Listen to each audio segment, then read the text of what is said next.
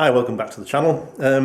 After getting the car up and running and moving, I'm going to now concentrate on getting some of the electrical problems solved that I've been experiencing in the car. There's a lot of problems with the lights, which I'll come to afterwards, but I think the first and most important thing that's been irritating me since I've basically got the car up and running has been the fuel pump, which basically I've had to bypass the connection at the positive terminal of the fuel pump directly and connect it basically directly to the battery to get the car up and running. So I want to see if I can solve that particular issue first, and then we'll come on to the lights and things like that afterwards.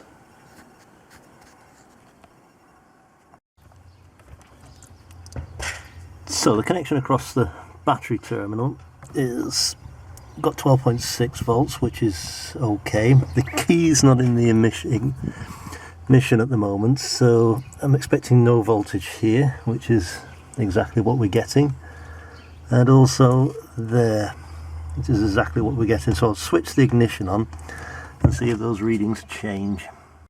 So the ignition's now switched on. Let's see if I get any voltage here. The answer is no. And if I get any voltage there, the answer is yes, but quite significantly reduced from the battery terminal. So yeah, what I'm going to do is first, I think, is to clear up that terminal there. It looks a little bit rusty, so I'd imagine that's the main cause of the problem here, is this. So I'll give that a good clean up, and I might even change the connector in that. So this is the wiring diagram of the ignition and fuel supply for the XL, and I'm seeing here that it's a white and purple wire that goes to the positive terminal of the fuel pump, and then the black one that is the earth, which is what we expect. So yeah, I think that there's got a fuel lock there, so I'd imagine that other thing is for the fuel lock, the other wire there that I tested. But yeah, so I'll clean up this white and purple wire here and see if that makes any difference. I've managed to put the fuel pump back in place now, and I've had to engineer, well, put a bit of an extension there, because there was no way that was going to go onto the negative terminal there. But the way I'm going to test this is I'm going to put the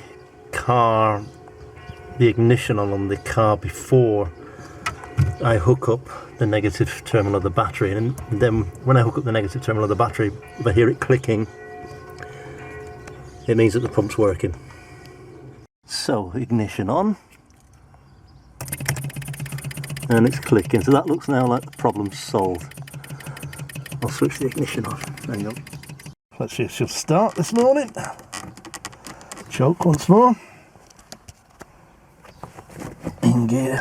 Sorry, out of gear.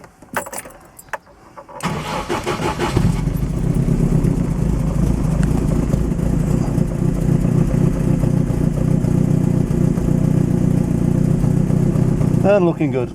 Okay, that's one problem sorted out. I'll tidy it up in the boot a bit there, though, obviously put a bit more insulation and that kind of stuff.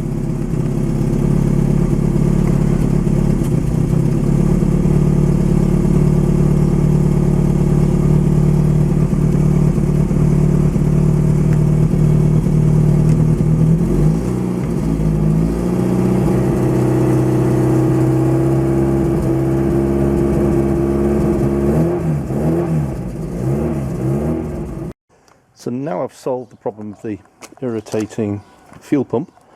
I'm going to bleed the brakes a bit and see if I can get that pedal a little bit harder.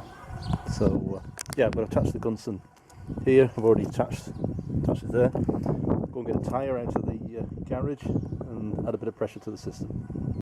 So after initial bit of leakage, I've bit of brake fluid spilt all over the place. Managed to seat it properly. It seems like the system's properly pressurised, so I'll go over to the wheel and start loosening the bleed screws.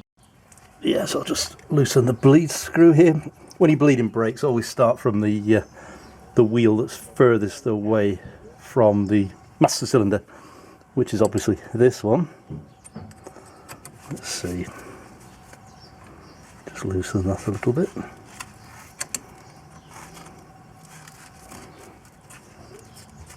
Must be an 8mm.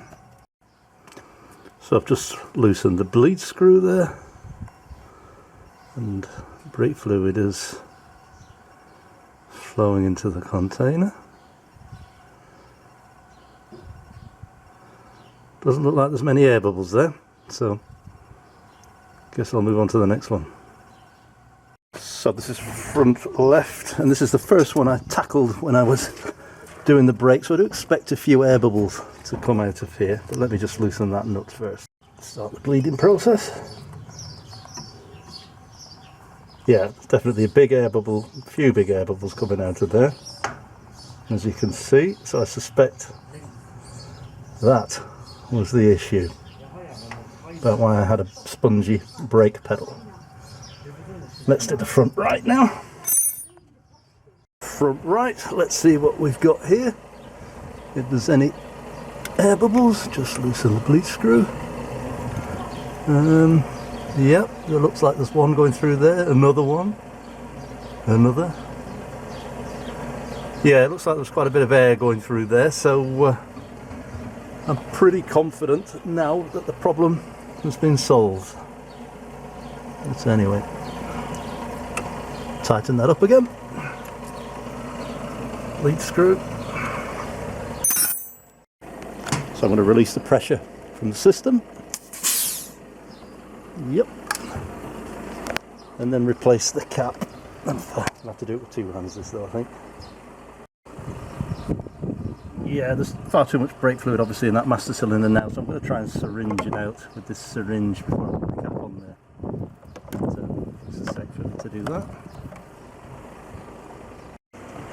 So the next irritating thing I want to tackle is the belts that are squealing, screeching before I take it for a test drive. So I've jacked the car up as well. I think it's best to tackle this from underneath the car because the power steering pump is where the adjustment takes place is low down on the engine. So I'll get underneath the car and see if I can loosen the adjusters. So I've loosened the 13mm, sorry, the 8mm Allen key bolts that bolts the power steering pump onto the bracket that bolts onto the engine. And now I've just got to loosen this 13mm nut and then try and find some way of levering the power steering pump sort of to put a bit more tension in there. There's only a little bit to play with, but it should be more than enough. Let me try and loosen that bolt anyway, that nut, sorry. I don't know if you can see much, but yeah, you actually have to counter hold this nut here where my finger's pointed with the bolt going on the other side, which is 12mm. This is 13mm, and I managed to get this sort of lever in here to get a bit more tension in the belt, and there's a lot more tension in the belt now, so I can tighten it all up. It's a little bit awkward, this job, but yeah, this is probably the best way to approach it. It's not a particularly pleasant job to do this, but there's a lot more tension now in there. Hopefully it'll stick. But yeah, I'll put the car down on the ramps and give it a bit of a test. Another job I did was this sort of mesh thing here. I managed to paint that up. It looks a hell of a lot better. And yeah, from the rusty old thing that it used to be. So it's looking a little bit smarter in here now. Just check that the fuel pump fix I put in place is still working. So keys in the ignition on, and then open the boot. Now I'm going to connect the negative terminal here, and if you hear some clicking, it means that the fuel pump's still working and in place. Yep, that sounds pretty good. So I'll give it a try and see how it runs. So first things first, do we have a brake pedal? Yep, that thing feels a lot more solid. All right, car in neutral. Let's have a look, see if we can get it running. Couple of pumps, bit of choke.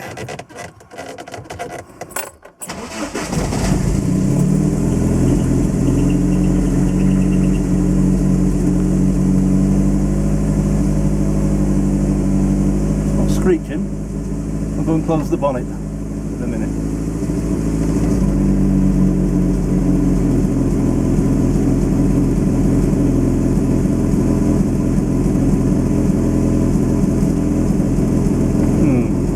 The brake pedal is you know, pumped it a couple of times and it's hardened up again, but it did loosen, so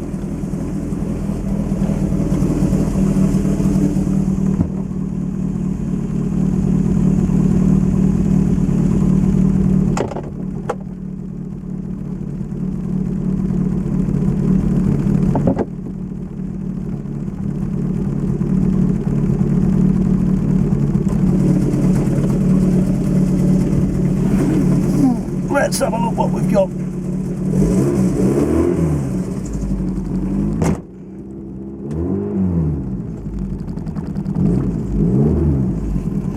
No screeching, that's a good start.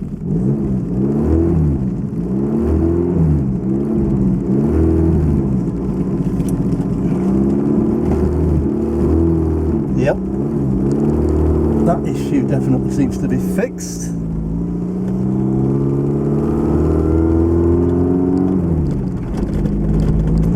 Brakes. No, they do stop, but they're still a bit spongy.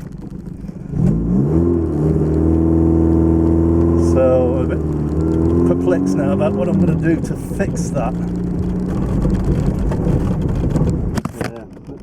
Yeah, it is stopping the car, obviously, but there is still a bit of a spongy feel to the brakes. Maybe they just need a bit more bedding in, I think, but the screeching's definitely stopped. Which is a good, satisfying thing.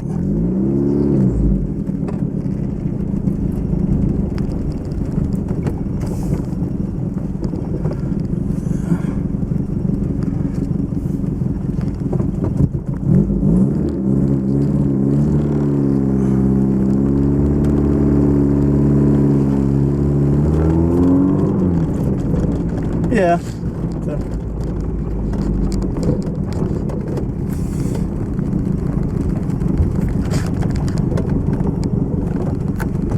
Maybe it just needs a more brill.